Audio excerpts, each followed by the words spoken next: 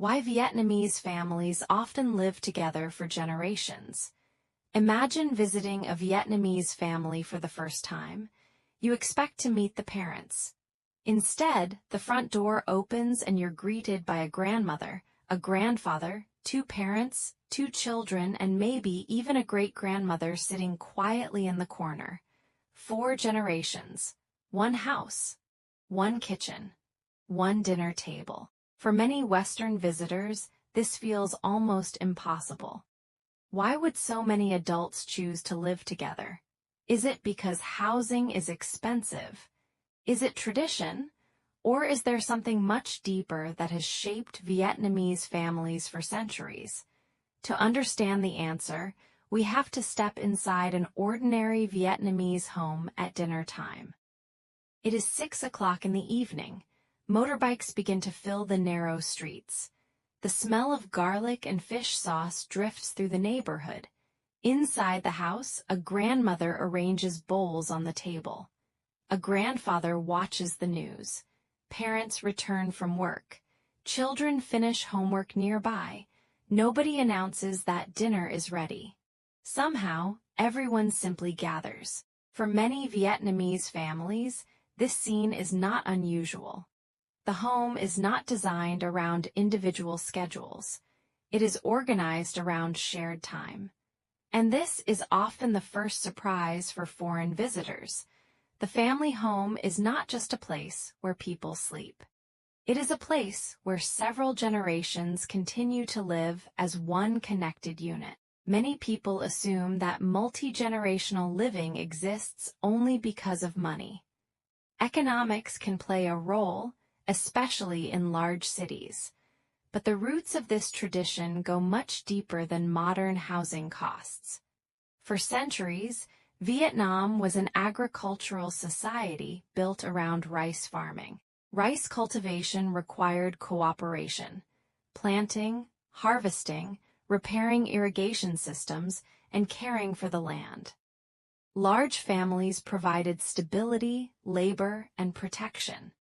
At the same time, Vietnamese society was influenced by Confucian ideas that emphasized family hierarchy, respect for elders, and the responsibility of children to care for parents. Historians often describe the traditional Vietnamese household as an extended family rather than a collection of separate individuals.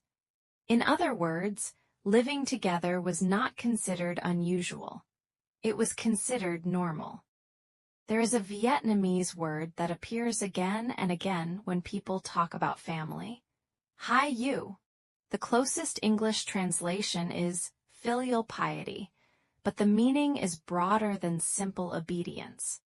Hai yu means gratitude toward parents. It means remembering the sacrifices that raised you. It means believing that care should flow from one generation to the next. For many Vietnamese people, helping aging parents is not usually described as a burden.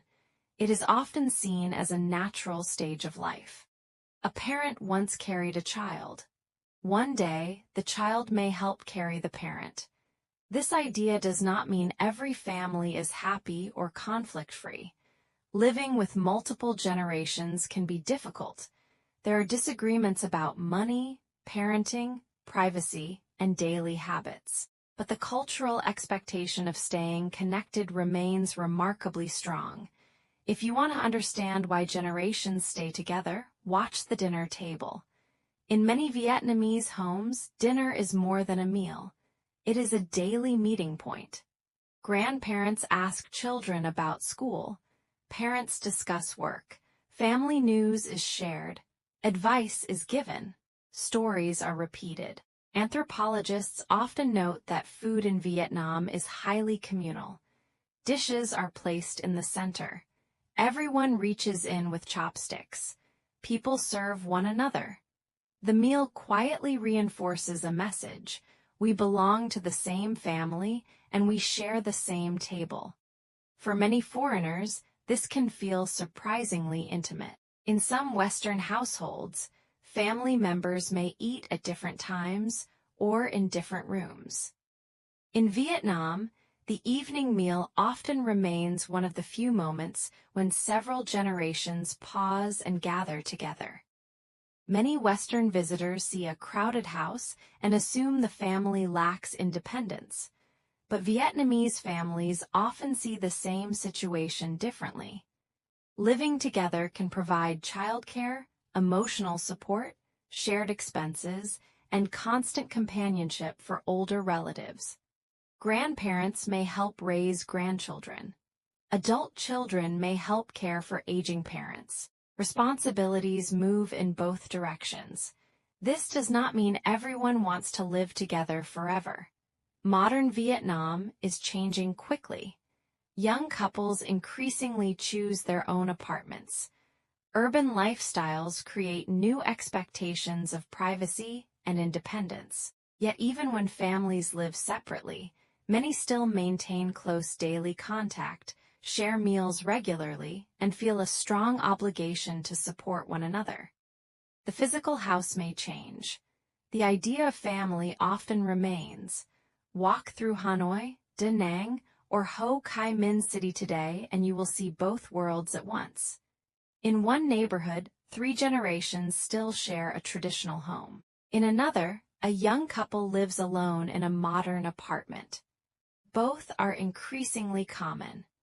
Researchers generally agree that urbanization, rising incomes, and changing lifestyles are gradually reducing the number of multi-generational households in some areas. But the change is uneven. In many rural communities, living near parents remains the norm. And even among younger Vietnamese, the idea of caring for parents later in life continues to carry strong moral weight. That may be the most important point. The tradition is evolving, but the relationship between generations remains central to Vietnamese identity. So why do 3 generations live under one roof?